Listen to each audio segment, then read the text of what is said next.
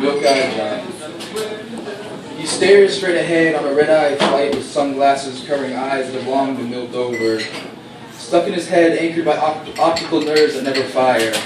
The only rods and cones he knows about are for fishing and scoops of ice cream.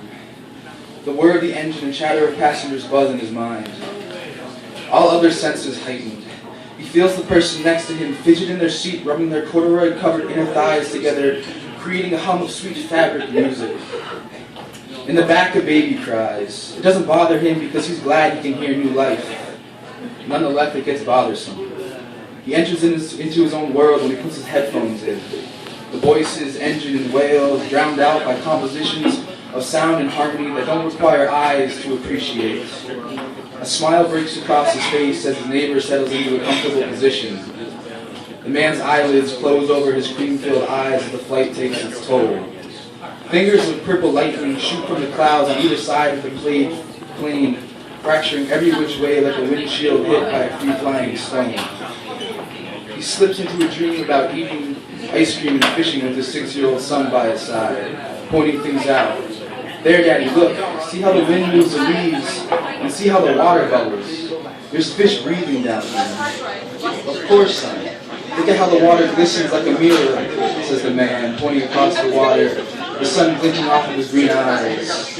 But then the plane hits turbulence, and the man is jolted awake to find the man beside him reading a book. I saw things, the blind man says, pulling the other man away from his reading. I could finally see. I saw my son, and I saw the water and trees and fish breathing. The man closes his book and looks confused and said, I thought you were blind. Not in my dreams, said the man. To his left, another burst of lightning shoots down. The man closes his eyes and begins to fish.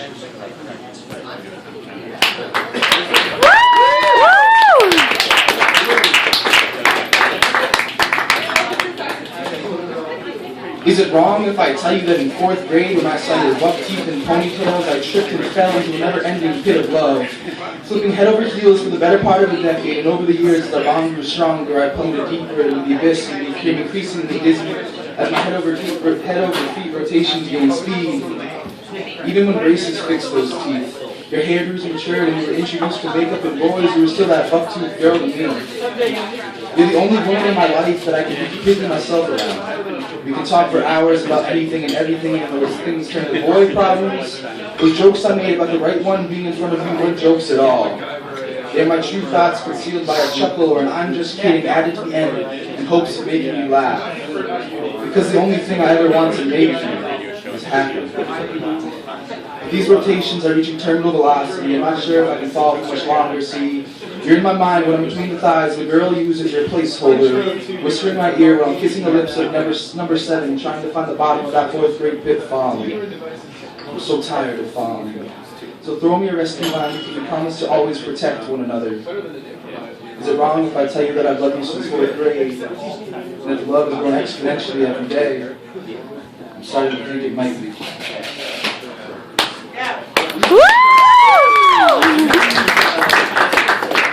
Alright, this last one is for my brother Dylan.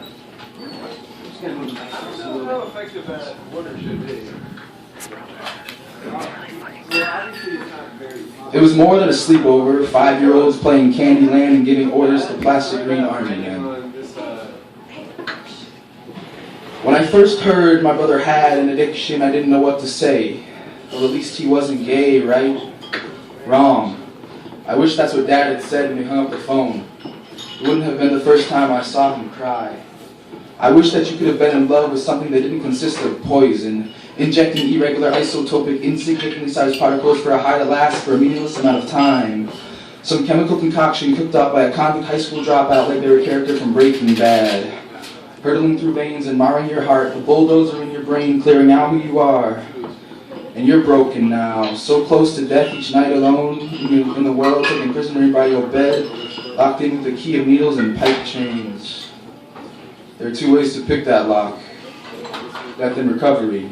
You chose the hardest one. So difficult people don't keep score. You put on your stars and striped shorts and fought like Apollo from Rocky IV. You fought hard and rose from the rotted floor. Swinging cement fists and kicking ironclad feet, you defeated a chemical that fed off of your inner beasts.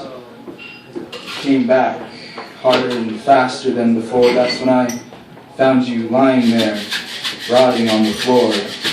I saw orange bottles filled with brown pills, syringes dirty by the poison pulled up to the 40-milligram line, spoons blackened and flaked by the fire and smoke that clouded your mind. All strewn about my brother tossed carelessly, left to be swept away by something less. As I locked eyes with you, yours unmoving and mine darting, trying to find some sign of life, I saw your final breath. A gasp of hot smoke traveled from your blackened lungs swirling. The window opened and your essence left me forever. I remember when we were little kids. I remember us finger painting together. I remember us wrestling and you throwing me into a door. Saw my brother, the brother no more.